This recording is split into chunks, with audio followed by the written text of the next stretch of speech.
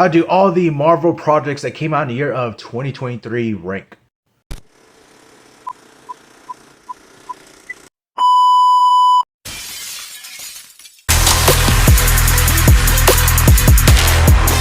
What is happening, guys? Back at you with the nerd video. So in this video, I'm going to be ranking all of the Marvel projects that came out in the year of 2023. I believe there was a total of 8 projects that came out, including TV shows and movies. So I'm going to be ranking all of them going from the bottom to the top. Coming at the bottom is going to be Season 2 of I Am Groot. We had a Season 2 that consisted of 5 short episodes. Just basically these one-off adventures of Groot. And just like Season 1, I enjoy these episodes for the most part. They're cute, little harmless, fun little episodes. They get a chuckle and a laugh at me sometimes, but you know, they're just at the bottom because it's just cute little episodes. Next up is going to be Secret Invasion. Now, I believe Secret Invasion had so much potential with it. I was really digging the first couple episodes, but when it got to like episode 5 and 6, it was kind of going downward for me, especially that finale. Man, that wasn't good. It definitely left a bad taste. But with this season, like I was saying, it had a lot of potential. I was actually looking forward to this season and this new series. Before it was coming out, and then watching the first couple episodes, it was kind of a slower pace and more espionage, and it was sort of conversational going on too, and it was just like kind of interesting in a way in those first couple episodes. But the more it went on, and the more it kind of going down for me, especially when it came to like episode 5 and 6, it definitely went down so much, and the finale definitely was not good. And honestly, I don't look back at this series really too much. I don't even have the urge to ever watch it really again. Because, you know, when it was all said and done, it just left a bad taste. Next up is going to be The Marvels. Now, I gotta say, this one I had a lot of fun with. Iman Vellani is definitely the highlight of this movie, but the way she was able to have this chemistry between the 3 leads with Miss Marvel, Captain Marvel, and Monica Rambeau. And you see that progression throughout the movie where they're able to come together as a team and have this friendship and bring this friendship together, bring this team together throughout the movie. And you see that progression. And it was honestly just a lot of fun being able to see that.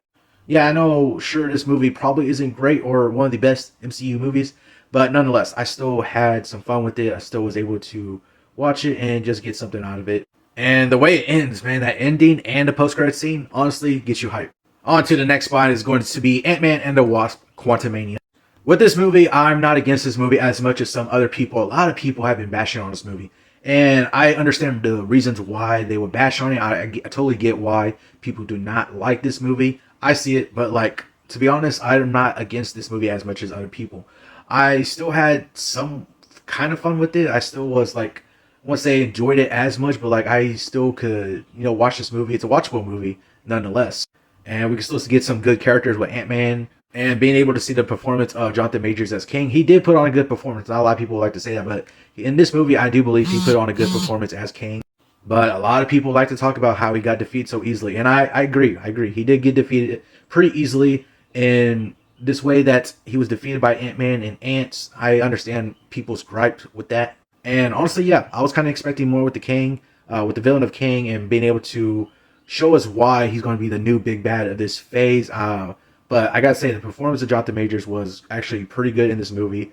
But it's just that small thing that he got defeated easily. And just, you know, I could see the hints of him becoming this big old bad, but just the way they ended off his character in this movie was not necessarily that well. And I do understand the gripes that people have against this film, but I could just go into this film and just watch it. It's a watchable film, and sure, it's not exactly what to the caliber that I wanted it to be at, but I can still watch this movie and get a little something out of it. Next up is going to be What If Season 2. We got a 9-episode Season 2 of What If. And the way they were doing this in release order, they were giving us 1 episode per day over the course of 9 days. And I gotta say, this one is as enjoyable as the first season. Basically, we do get these one-off episodes, one-off adventures. It's basically an anthology series of sorts. Every episode is its own contained story, but they do hint at some other stuff and do small connections that kind of lead up to the ending episode. But while watching this season, and thinking back to season 1 of What If, it had me question the way that the MCU is doing the multiverse right now. If you look at how the MCU, the movies are doing the multiverse right now, it's a little discontinued and disconnected in ways, and people are kind of griping on how it doesn't have too many connections within movies or within itself. But I think that What If is actually doing somewhat better job at doing the multiverse in a way. Kind of better than what the MCU is kind of doing. with the way we are getting these episodes, and for the most part are self-contained one-off adventure stories for each episode, they do have these small connections that hint at other stuff and can also come together in the end of the season. With the way this season ended, it had some small hints and it kind of came together in the ending episode in the way it was able to do that. So I don't know, that's a question I posed to y'all. Do y'all think they really are doing a better job? Like, is What If doing a better job at the multiverse than what the MCU movies are doing right now? But overall, I did enjoy this season. I think it had some great animation styles. It had some great one-off venture stories in this episode, in these this season. And we also get a new original character with Cohorty, and it'll be awesome. Honestly, it'll be kind of awesome to see her in a live-action form. If we do happen to see her in the future, that'll be kind of cool. Coming in at the number 3 spot is going to be Loki Season 2, and has to be one of the best seasons of Disney Plus Marvel shows. Might be the best season. I believe that Loki is the best overall TV series, or overall Disney Plus series for Marvel. Just this story that we got with Loki, the character of Loki that we spent so many years with, the way we're able to get this story from season 1 on to season 2 and continue the story into season 2 and just give us this character of Loki that we're able to see his progression as a character and just the things he was able to go through this season, and the way that this season was just dealing with the different variants of Kang and dealing with the TVA, and just seeing what Loki was willing to do to be able to contain everything. We get a lot of returning favorite characters. We also get a new character with OB, played by Ki-Hee Kwan. But I absolutely love this season, and the way that it ends, it just ends on a great note with this character of Loki, and the way that they just portrayed this character over the past 13, 14 years now that we had this character. And just honestly, Loki could be one of those characters that has one of the best arcs over the MCU. I enjoyed this season so much. Coming at the number 2 spot is going to be Guardians of the Galaxy Volume 3. And wow, this is one of my favorite movies of the year. Absolutely love this movie. The way that they're able to give us this movie and be this finale to this trilogy, be this finale to the story of these characters, with the things that James Gunn was able to do with this movie and just these characters overall, being able to give us this story over three movies, over the trilogy and a couple other movies here and there too. Like the way that they're able to have these unknown characters pretty much to unknown to people, but being able to give us these characters and actually become household names. And the soundtrack, of course, the great soundtrack in this movie. But just the emotional beats of this movie also was, there was times where it was like gut-wrenching, heartbreaking. Honestly, it could have broke you at any point, and honestly, it got to me whenever I was watching it. And still to this day, after watching it a couple of times this year, still can get to me, still could have me feeling these emotions and just emotional roller coaster throughout the whole movie.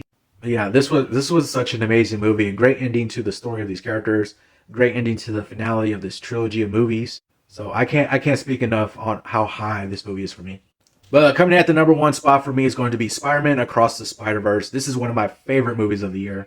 This is one of those movies I rewatched the most this year, and I just absolutely love this movie. I watched it the most this year. This is the movie I watched the most this year. I cannot get enough of it. I don't get tired of it. The different animation styles they're able to give us in this movie, where we're traveling from different universes and different worlds, and the way they're able to do different animation styles for each one, you can see the amount of work that they put into this movie, and being able to continue the story on Miles Morales, but also to being able to give Gwen her own kind of story within this movie also. And just being able to see the different Spider People in this movie, the way they're able to give us even more Spider People than the first movie. On top of that, giving us a great soundtrack too. And I'm so hyped for Beyond the Spider-Verse. Can't wait till that comes out. But yeah, this is one of my favorite movies of the year. I enjoy and I love this movie so much. But let me know down in the comments below, how would you rank these Marvel movies? Can't wait to see what this year brings for Marvel. Hopefully y'all enjoyed the video. I'll see y'all on the next one. Hopefully y'all have an awesome day, and see you later.